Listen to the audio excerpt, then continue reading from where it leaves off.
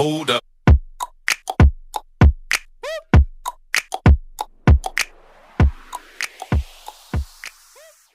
What's in a name? According to WWE, even if you're already well known as Walter, you need to amend it to Gunther.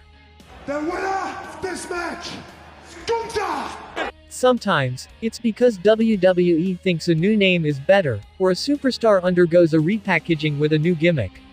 More often than not, though, it's simply because the company wants to own the trademark. While there have been periods where WWE has let wrestlers use their real names like John Cena and Keith Lee, or their more widely known monikers from outside the company like Adam Cole and Samoa Joe. But we're back in an era where everyone needs something WWE specific, even if it's uninspiring or bland. You also never know when someone's about to lose their first or last name, such as Riddle and Cesaro, or start going by something new, like how Hanson, and Row of War Raiders, became Eric and Ivar, the Viking Raiders.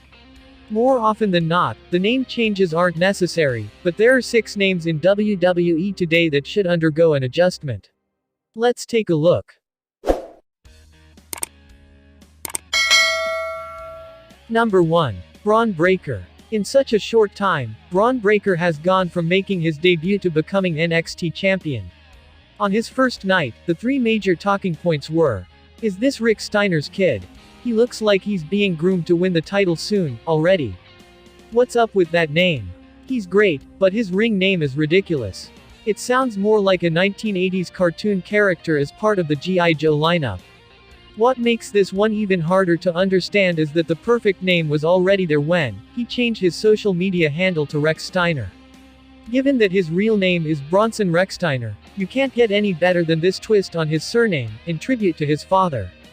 As he seems to have a great career ahead of him and could well main event WrestleMania someday, wouldn't you rather see the marquee red Rex Steiner than Bron Breakker? Number 2. Dewdrop. Kimberly Benson made a name for herself as Viper on the Indies, and was rechristened Piper Niven, after signing with WWE. That was a perfectly valid name that served her well in NXT UK. When she joined the Raw roster, though, the commentary team played coy about her name, while Eva Marie gave her the moniker Dewdrop. All these months later, it's still rather absurd. Given how it was supposed to be insulting, why would Niven be fine using the name? Especially after splitting from Marie, she should have gone back to calling herself by her old name to reclaim that identity. Like Breakker, it's a name that sounds like it fits better elsewhere. At least when she was a happy-go-lucky character who twiddled her fingers to a boppy bubblegum pop song, it made some sense. Now she's a heel who is supposed to be taken seriously, the name Dewdrop negates any tension. When you're about to step in the ring with Awesome Kong or Bull Nakano, it sounds like you should say your prayers. But if you hear Dewdrop is heading your way, you're probably not shaking in your boots. Number 3. Elias. Jeffrey Ciulo was Heavy Metal Jesus and Logan Chulo on the Indies before joining NXT as the Drifter, Elias Samson. That was eventually shortened to Elias in July 2017, which he spun off into his most noteworthy slogan, WWE stands for Walk with Elias. He hasn't been seen since August, when he was shown seemingly putting an end to his musical gimmick and said, "Elias is dead. Long live Elias." The problem is so much of his character was tied to the catchphrase that if he doesn't bring a guitar to the ring, there really isn't much of reason for him to still be Elias. If he's going to be repackaged similar to how Husky Harris became Bray Wyatt or Papa Shango became Kama Mustafa, he can't just be Elias anymore.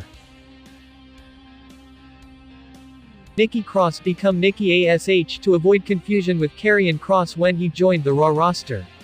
There has never been an official explanation, but it's a plausible assumption. However, A.S.H has always been a clunky name that doesn't even make any sense.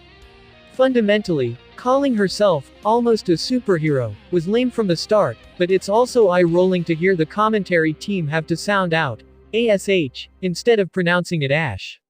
The gimmick's been a flop in general, but now that she's a heel, she should technically be almost a supervillain, and amended to Nikki A.S.V. The best case scenario here is reverting back to Nikki Cross. Number 5. TBar. When Christopher Dijak left NXT to join the main roster as part of the Retribution faction, he stopped using the ring name Dominik Dijakovic and became TBar. However, the gimmick and the group as a whole was flawed. Even worse, the top definition for TBar on Urban Dictionary is another term for a thong. A character that was supposed to be intimidating is known by a slang name for a jockstrap. Since Retribution disbanded last year, it's time for return to Djokovic so he can get back on track as a serious wrestler.